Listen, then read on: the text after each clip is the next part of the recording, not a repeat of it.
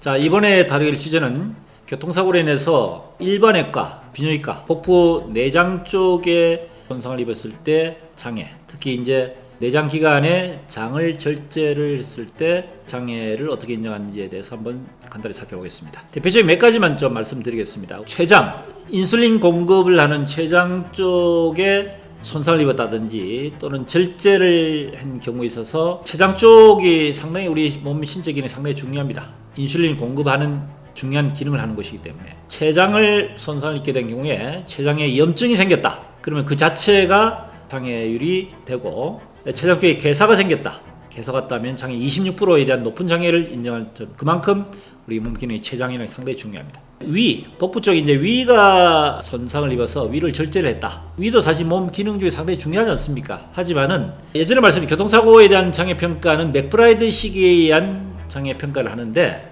이 맥브라이드라는 것이 미국의 정형외과 의사인 맥브라이드 교수가 본인이 전문인 정형외과를 위주로 해서 1차적으로 만들고 나머지 신경외과라든지 일반외과, 기타 타과에 대한 장애 부분에 대해서 정형외과 분야에 조금 부족한 부분이 일부 있는 건 사실입니다.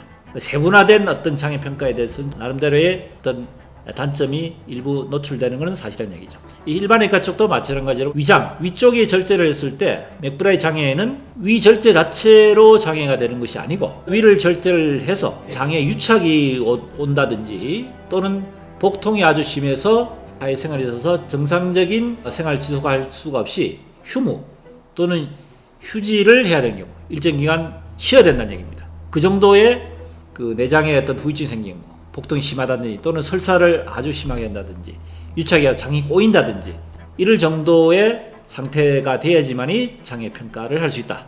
그래야 장애 15% 장애 이상 장애를 줍니다. 위를 절대한 경우에서는 그 장애 평가 항목을 크게 4가지로 나누고 있는데 복통, 쉴 수 있는 그 휴직 상태가 어느 정도 기간을 뭐 한 달에 한 번씩 또 보루에 한 번씩 1년에 한 번씩 정도에 따라서 장애 평가를 하고 있다. 이렇게 이해하시면 될 것 같습니다. 비장은 사실 우리 몸의 어떤 장 중에서 중요하면서도 가장 천대시 받는 것이 비장입니다. 이 비장은 사실 없어도 전혀 사는데 지장이 없습니다. 그런데 이 비장이 몸에서 어떤 기능을 하냐면은 면역 기능에 관련되기 때문에 비장이 없다든지 비장이 손상받게 되면은 류마티스라든지 또는 아토피, 감기 이런 것들이 다 기관지 쪽에 면역계 질환이거든요. 그쪽이 약해진다는 이야기입니다. 생명 지장은 없지만은 그런 면역계 질환에 노출될 가능성이 높기 때문에 비장을 절제한 경우에 있어서는 장애율 15% 장애를 맥브라이드 장애 평가 항목으로 적용되어 있습니다. 이제 신장, 콩팥. 이 콩팥도 상당히 몸 기능이 중요하죠. 신장은 일반외과 영역보다는 이제 비뇨기과 영역입니다. 방광이라든지 콩팥 쪽에 손상이 입었을 때 그 신장을 절제를 했다 하면은 완전히 한쪽 절제를 한 경우 또는 양쪽 다 절제를 한 경우 신장 절제는 그 자체가 장애가 대상입니다.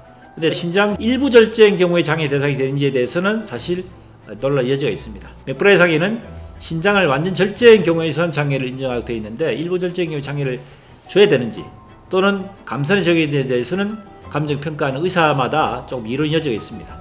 아무튼 신장을 절제한 경우에서도 장애를 인정하고 있다 하는 말씀을 드립니다. 자, 이번 시간에는 복부 쪽에 있는 장을 절제를 했을 때 장애가 어떻게 이루어지는지 맥브라이드 장애 평가 어떻게 되는지에 대해서 간략하게 살펴보시겠습니다. 도움이 되셨으면 구독, 좋아요 부탁드립니다.